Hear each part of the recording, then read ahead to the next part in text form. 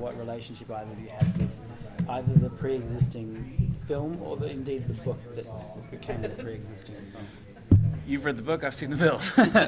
I watched the film. I pretty much just before we started shooting. I was really umming and ahhing about whether I was going to watch it or not.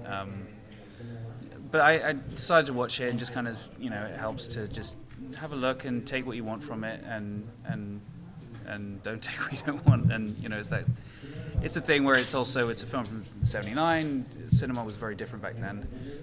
So keeping that in mind, I think I was hopefully able to try and keep subjective and objective about it. But, yeah. You were great. Yeah. Kevin, when he came to me with it, he's such a huge fan of the movie, and he was talking about it like I have to check it out. And he pitched me the idea for the series, which is not easy because I don't think you look at it and go, it easily translates to a TV show. But he had this great idea for it.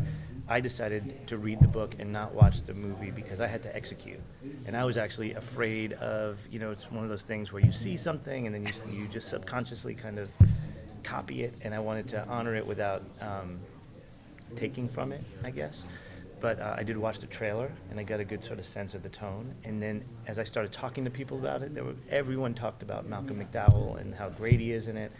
And I think Freddie probably was smart in looking at it, but I don't think he understood the shoes he was going to fill when he did it. And but it worked. He tested so well, and I think he brought his own special thing to it. What would you say are the biggest challenges by playing a role that somebody already played before you?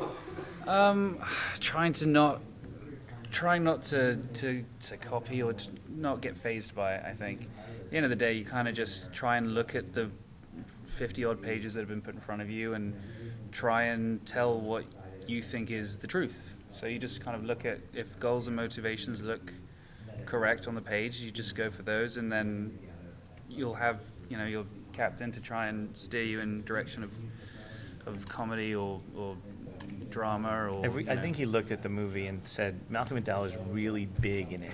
He's very over the top.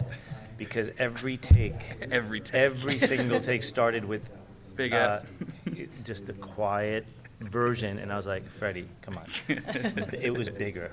My direction constantly was more, pushing him. Okay. Yeah. Because people will compare. Is that daunting to you? Yes and no. I mean, it's that thing that it was in '79, so it just was very different, and I think cinema has changed in those 30 odd years, where it's so we are a lot more grounded, a lot more realism has taken a real swing at things. So I think it's hopefully people will see them as they fit in the genre that they're in. Like companions. Yeah.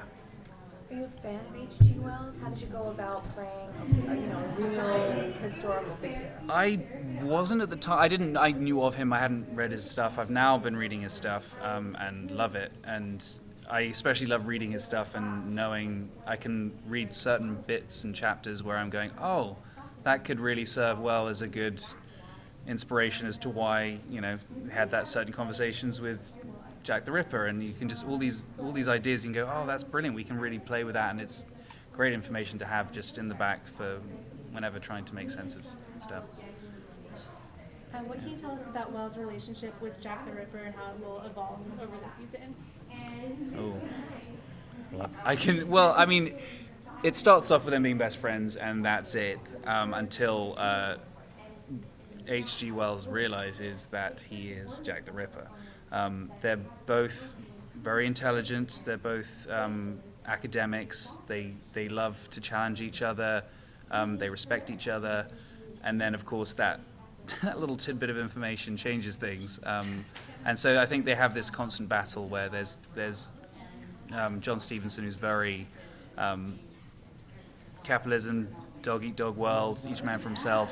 H.G. Wells is very, we're going to help each other. Humanity is kind and good and idealistic and wide-eyed, and they're going to constantly try and battle each other with their idea of the world. And that's, I think, I don't know yet, but I'm assuming throughout the rest of the series you're gonna see that they're gonna challenge each other, and they'll both get tit for tat on that. Is he Moriarty to your Holmes? Ooh. I mean, I'll say I love that. I love Sherlock so much. I don't know if I want. That's a comparison. I'm not sure I want. But in this, they're intentionally cast as kind of Yeah. as compatriots who become each other's nemesis. Yes, they have that similarity between each other and that common ground, but then just that sort of like tweak of good and evil. I think thematically, if you look at Kevin Williamson's work, certainly the shows we've done together, Vampire Diaries or The Following, there's that not only a love triangle, but the men have that relationship, whether they start in a certain place and then become nemesis, and then sometimes even get back, and are they fighting for a common cause? I think the beauty of what Kevin has set up and what he pitched early on, in terms of, we have all this amazing body of work that H.G. Wells wrote, and he's considered the father of science fiction and a man ahead of his time. So if the experiences he has on these adventures, whether they're just pursuing John or when he gets to John, what happens, how those adventures inform or inspire the books he wrote. So I think it's going to have a little bit of everything. And you just mentioned a comparison that I had made early on, and then for the same reason I was like, oh, maybe just not go there just yet. Yeah. Did you take a lot of creative liberties when it came to the H.G. Wells character compared to what he was like? I don't think we didn't take a lot of liberties. We definitely looked at some of the things that he wrote about, and you can piece together a personality, not just from his novels, but he wrote essays and papers on science, and he was a great thinker. So we've taken parts of that and put it into our character, and a lot of it, we've only done the pilot. I've seen multiple outlines and a few scripts, so I know that Kevin is borrowing from the real HG and bringing that into his personality and into his character. As far as real liberties, I think how we start to change him in present day, that's when that'll happen.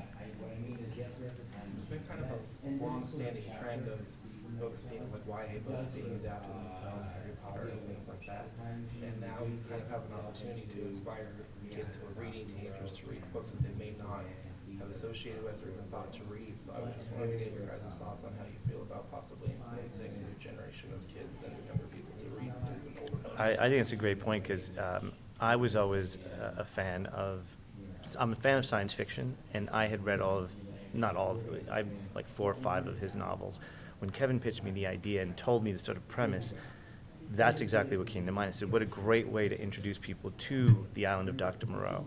I think maybe, people here maybe know what it is, don't know what it is, but when you see it in our story, it might pique your curiosity and hopefully take you back and go, I want to just know a little bit more. So I hope that that's something that comes out of it.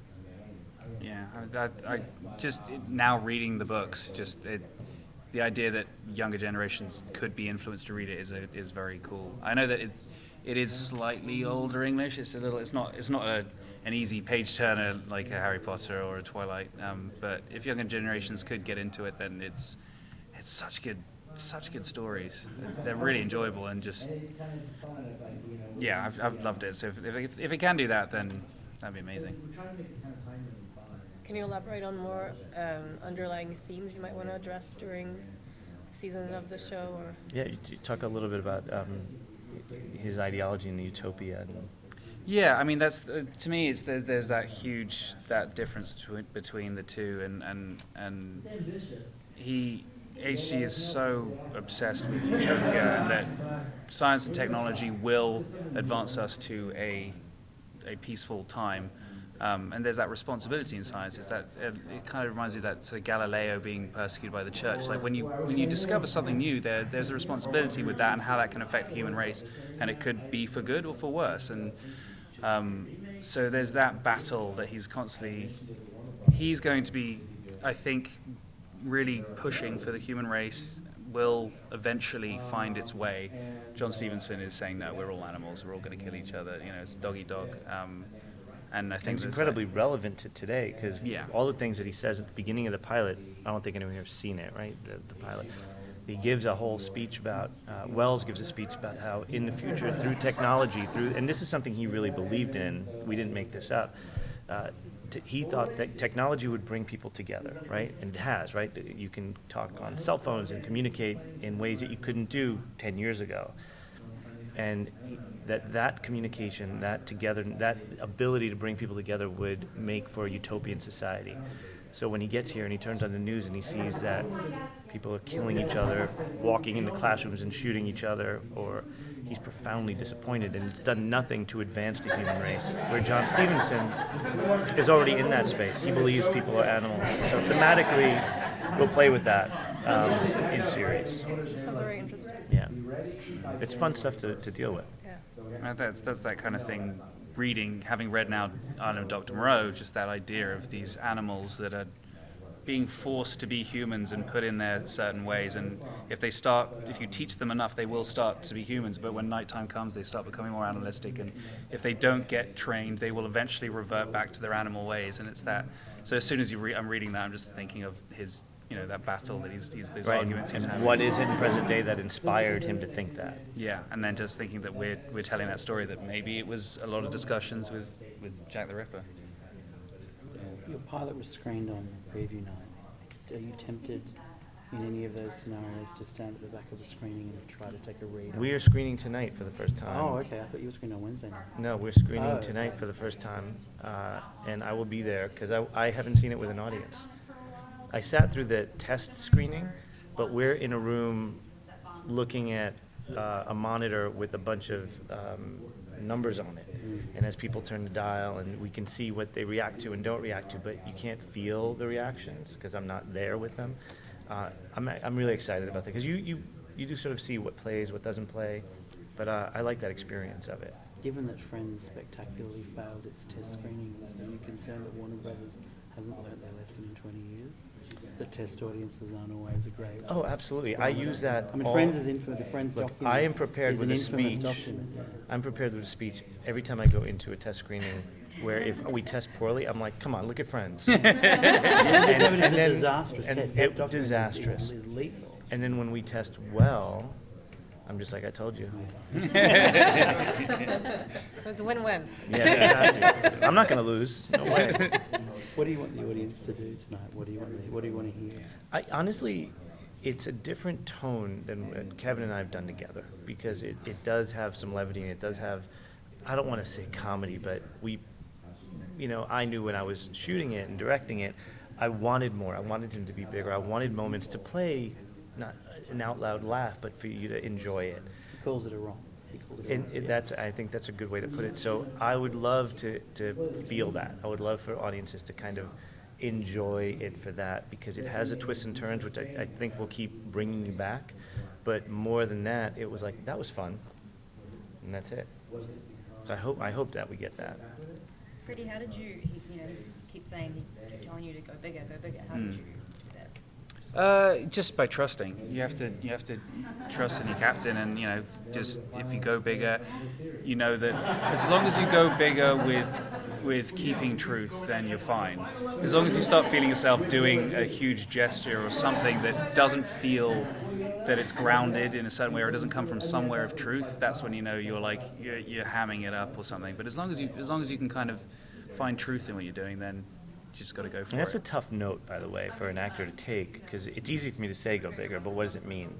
And I was always really impressed with Freddie's, he would question, he'd say, I'm afraid it's going to play silly, or I'm afraid it's going to be this.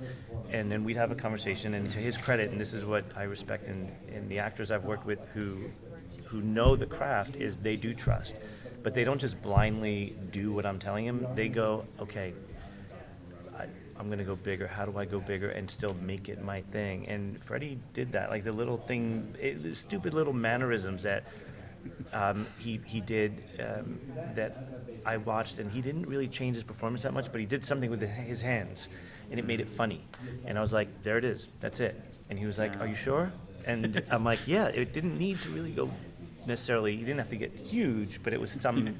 Yeah, there was one scene where I came out and he's just like, just a little bigger, like, I want to feel it more. And so I decided to go much bigger, and then he came back, he was like, okay, let's Charlie Chaplin, and just went like a halfway out. I was walking all big and like all crazy. But yeah. And how was the dynamic with you and Josh? Great, yeah, Josh is great. We had a good time, and I love that relationship with those two characters. And bizarrely enough, like they come from such a specific class and type and everything in England. You know, he's a doctor, he's a journalist. They're both very similar. And then I found out that Josh, he was like, "You went to St John's Beaumont?" I was like, "Yes," and this is a prep school in England. We went to the same school together. He was the year below me. I didn't even know. He remembered because we had my real last name. He recognized it, and he was in my brother's year, and he was a good swimmer, so he recognized it. And we actually grew up in the same very small little area of England at the same time, and so just certain similarities. And then I think it was kind of magically cast that way, really. And they oddly enough have the same, like, I think he's the perfect HG in his temperament, and Josh is the perfect John, because, Freddie would be like, he's trusting. I want, very HG, and Josh is very, there's no fucking way I'm doing that. I'm not. I'm not. And then you have to, and I'm like, "Rrr, rrr." And with Freddie, I'm like, just Freddie, please. And he's like, okay,